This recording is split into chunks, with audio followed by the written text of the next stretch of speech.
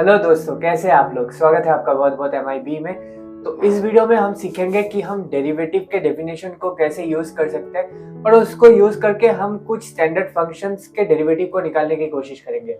ठीक है, देखिए, अगर आपको डेरिवेटिव का टॉपिक अच्छे से समझना है तो ये बहुत इंपॉर्टेंट है कि आप लिमिट्स के ऊपर एक अच्छा पकड़ बनाएं। ठीक है, तो लिमिट्स का प्लेलिस्ट मैंने डिस्क्रिप्शन में लिंक कर दिया है, आप जाके उसको चेकआउट कर सकते हैं। अगर आपको लिमिट्स के टॉपिक के ऊपर कोई भी डाउट है तो आप कमेंट्स में पूछ सकते हैं। तो चलिए स्टार्ट करते हैं बिना किसी देरी के। तो दोस्तों, अगर हमारे पास कोई भी फंक्शन होता है f(x), ठीक, उसका डेरिवेटिव हम f'(x) से डिनोट करते हैं, जो कि इसके बराबर होता है। ठीक है, इसको हमने इस वीडियो में एस्टेब्लिश किया था। अगर आपने वो वीडियो नहीं देखा है तो जाके जरूर चेकआउट कीजिए कैसे हम इस फॉर्म तक पहुंचते हैं। ठीक, तो आज हम डेरिवेटिव के कुछ रूल्स को समझते हैं। ठीक है, और उसके बाद कुछ स्टैंडर्ड फंक्शंस के डेरिवेटिव को कैसे निकालता है उसको हम देखेंगे। अच्छा, एक चीज आपको नोट करना है, f'(x) को हम इस तरीके से भी रिप्रेजेंट करते हैं। इसको ऐसे पढ़ा जाता है derivative of f(x) with respect to x। ठीक है, या फिर ऐसे भी पढ़ा जाता है ddx ऑफ f(x). ठीक, आगे बढ़ते हैं, रूल्स को देखते हैं। सबसे पहला रूल क्या बोल रहे हैं, ddx of f(x) plus gx is equal to ddx of f(x) plus ddx of gx। ठीक है, रूल नंबर 2 सेम है, सिर्फ प्लस की जगह माइनस है। ddx of f(x) minus gx is equal to ddx of f(x) minus ddx of gx। ठीक है, अब हम देखते हैं कि मल्टीप्लिकेशन और डिवीजन के टाइम क्या होता है। तो देखिए, मल्टीप्लिकेशन के टाइम क्या होता है, ddx of f(x) into gx will give us ddx of fx into gx plus fx into ddx of gx। ठीक है, तो इसको याद रखने का तरीका यह होता है, इसको हम फर्स्ट फंक्शन मानते हैं, इसको हम सेकंड फंक्शन मानते हैं।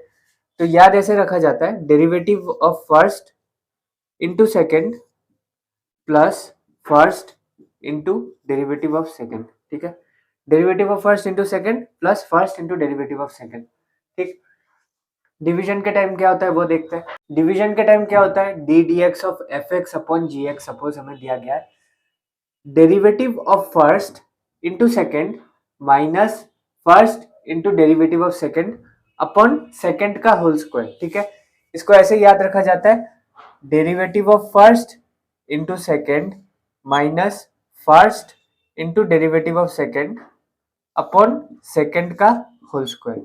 ठीक है, ऐसे आप याद रख सकते हैं इसको। तो ये मल्टीप्लिकेशन और डिवीजन वाला फॉर्मूला आपको याद रखना है।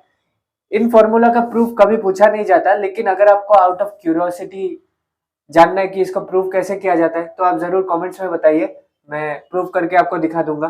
ठीक है, चलिए अब हम इस फॉर्म को यूज करके derivative of some standard functions निकालते हैं। ठीक है, इन स्टैंडर्ड फंक्शंस के डेरिवेटिव का प्रूफ भी ज्यादातर पूछा नहीं जाता, लेकिन कभी कभी क्या होता है, डेरिवेटिव का जो ये डेफिनेशन है इसके ऊपर बेस्ड कॉन्सेप्चुअल क्वेश्चंस बन जाते हैं। ठीक है, तो इसके लिए आपको इसे यूज करना आना चाहिए। तो अगर हम इन स्टैंडर्ड फंक्शंस के डेरिवेटिव को निकालते हैं इस डेफिनेशन को यूज करके, तो हमारा काफी अच्छा प्रैक्टिस बन जाता है और इस डेफिनेशन का एक काफी अच्छा अंडरस्टैंडिंग बन जाता है। ठीक है, तो चलिए देखते हैं। सबसे पहला फंक्शन हमारे पास है kx, जहां k है एक कांस्टेंट। ठीक है, तो अगर fx kx है तो f'(x) क्या होगा, उसको निकालते हैं इसको यूज करके। ठीक है, कैसे निकालेंगे, f'(x) होगा हमारे पास f limit h approaches 0 f of x plus h। ठीक है, fx क्या है, kx है, तो f of x plus h क्या होगा, k into x plus H होगा, है ना। x की जगह x प्लस एच रख रहे हैं हम, minus fx is again kx। ठीक, अपॉन h। ठीक, आगे बढ़ते हैं, लिमिट h अप्रोचेस 0, तो इसको खोल देते हैं ब्रैकेट को, kx plus kh upon kx minus kx upon h। ठीक, तो kx से kx कैंसिल हो रहा है, limit h approaches 0 kh upon h, h से h कैंसिल हो रहा है तो हमारे पास रहता है limit h approaches 0 k that is k। ठीक, तो fx हमारे पास अगर होता है kx तो f'(x) होगा हमारे पास k। ठीक है, मतलब कि अगर 10x है तो ddx ऑफ 10x हो जाएगा 10। ठीक, अगर हमारे पास हाफ x है तो ddx ऑफ हाफ x हमारे पास हो जाएगा हाफ। ठीक है, अगला देखते हैं, अगर fx हमारे पास कोई कांस्टेंट है k, तो f'(x) क्या होगा, उसको निकालते हैं। f'(x) will be equal to limit h approaches 0। अच्छा, fx हमारे पास क्या है, k है।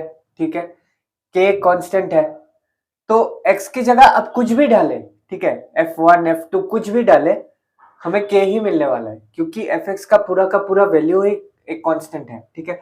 तो f of x plus H भी हमारे पास k ही होगा, ठीक, minus F x that is also k upon h। तो हमें मिलेगा लिमिट h अप्रोचेस 0, 0 मिलेगा, ठीक। तो इसका वैल्यू क्या होने वाला है, 0 होने वाला है। मतलब किसी भी कांस्टेंट का डेरिवेटिव 0 होता है।